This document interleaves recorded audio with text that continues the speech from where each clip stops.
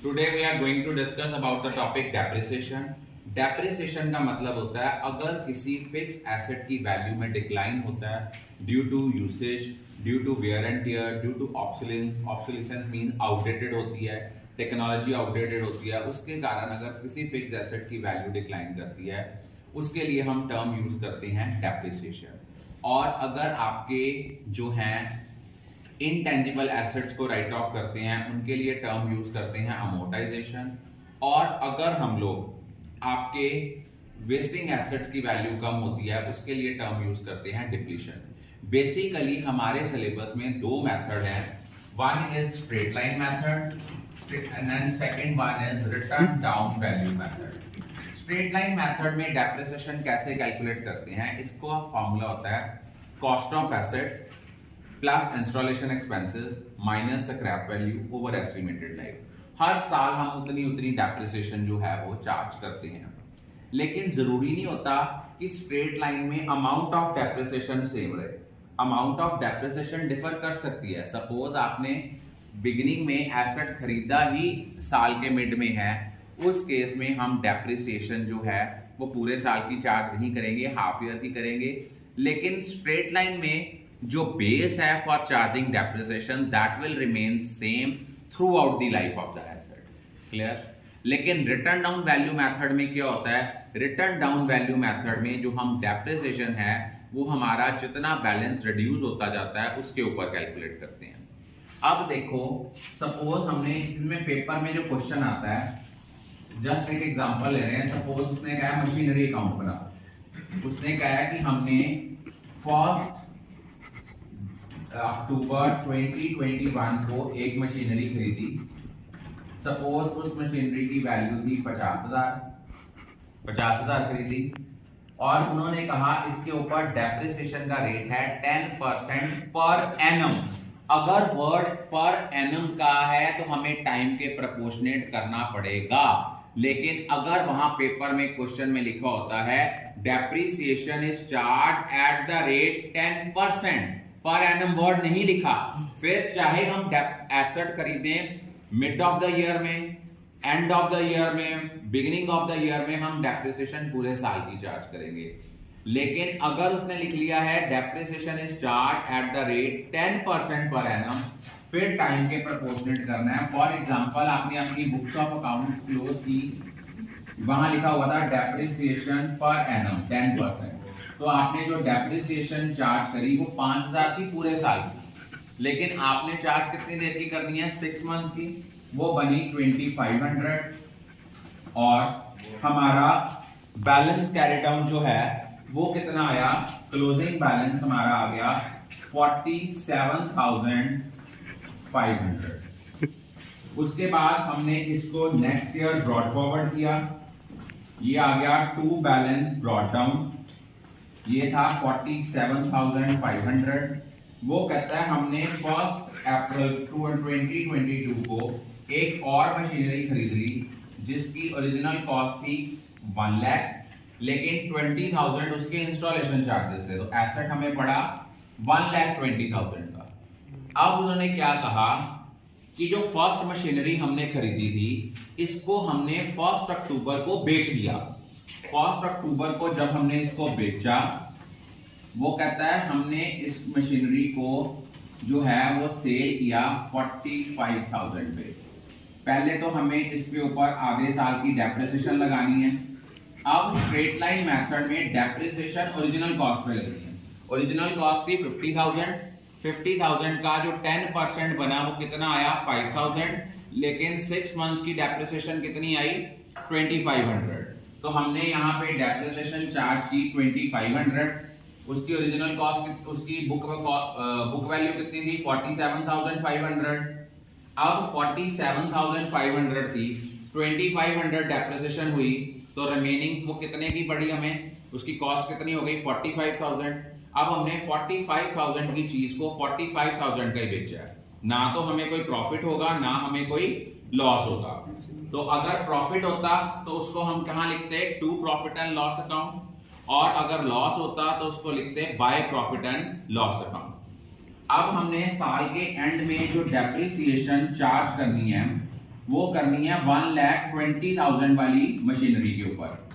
उसमें हमारी जो डेप्रिसिएशन है दैट इज 10% पर एनम। 1,20,000 का 10% पर एनम हमारे पास बना 12,000, ये डेप्रिसिएशन चार्ज की। और बाकी हमारे पास आ गया बाय बैलेंस कैरी डाउन, ये आ जाएगा हमारा 1,08,000।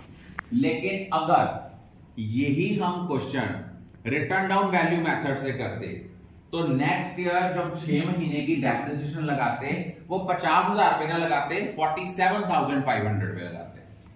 तब हम 47,500 का 10% बनना था 4,750, फिर हम 4,750 का हाफ करते 2,375, वो डेप्रिसिएशन आनी थी।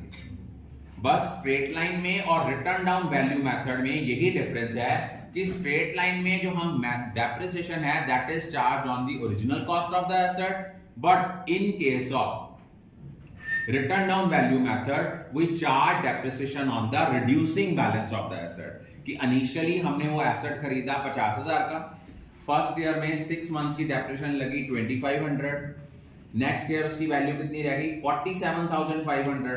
अब हमने 47,500 के ऊपर जो है वो डेप्रिसिएशन चार्ज करनी है, ना कि 50,000 में, in case of written down value method. I think all of you are clear. We are going to start with the method of provision for depreciation account.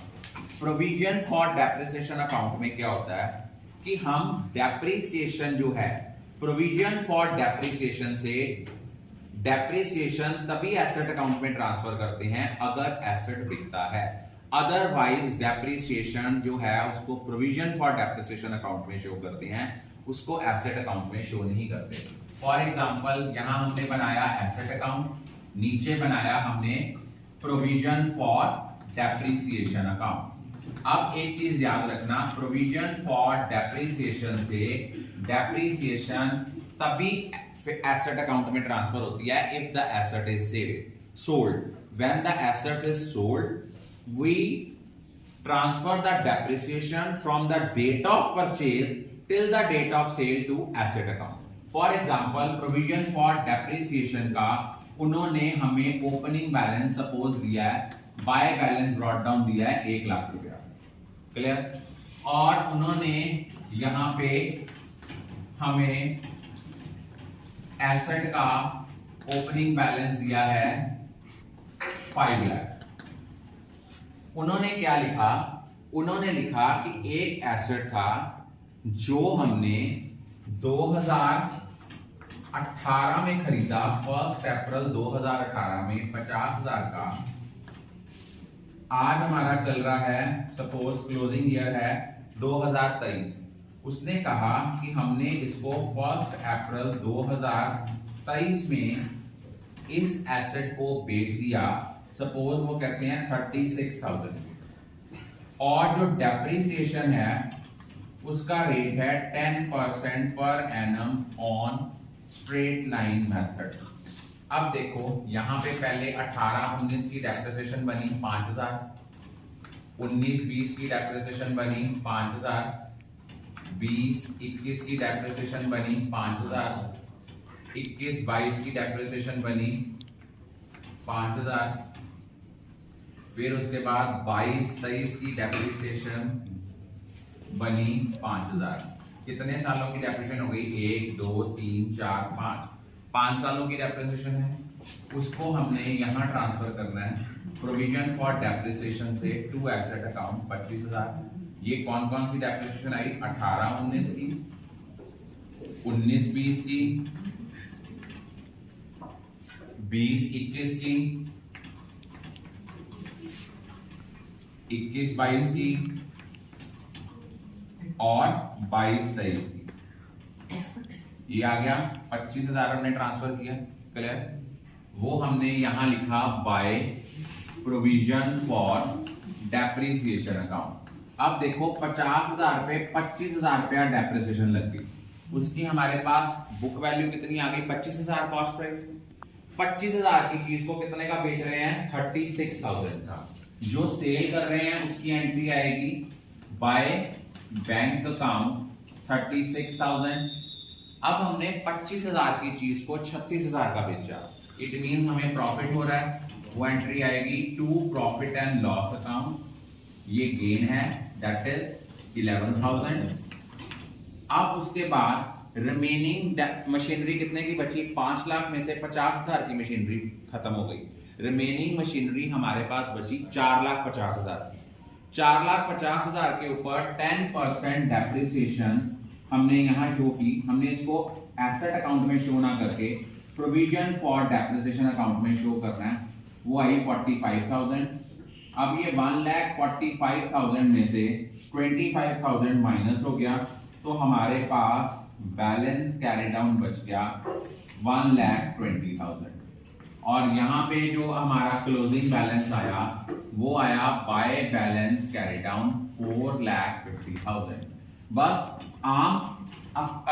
सम में, ऑर्डिनरी क्वेश्चन में और जब हमने प्रोविजन फॉर डेप्रिसिएशन बनाना है उसमें एक ही फर्क है कि प्रोविजन फॉर डेप्रिसिएशन अकाउंट अगर सेपरेटली बनता है तो डेप्रिसिएशन को हम चार्ज करते हैं प्रोविजन फॉर डेप्रिसिएशन अकाउंट में, ना कि एसेट अकाउंट में। और प्रोविजन फॉर डेप्रिसिएशन अकाउंट से डेप्रिसिएशन को एसेट अकाउंट में तभी ट्रांसफर करते हैं when the asset is sold. जो एसेट बिकता है उसकी from the date of purchase till the date of sale जितनी डेप्रिसिएशन होती है उसको ट्रांसफर करते हैं एसेट अकाउंट में। I think all of you are clear about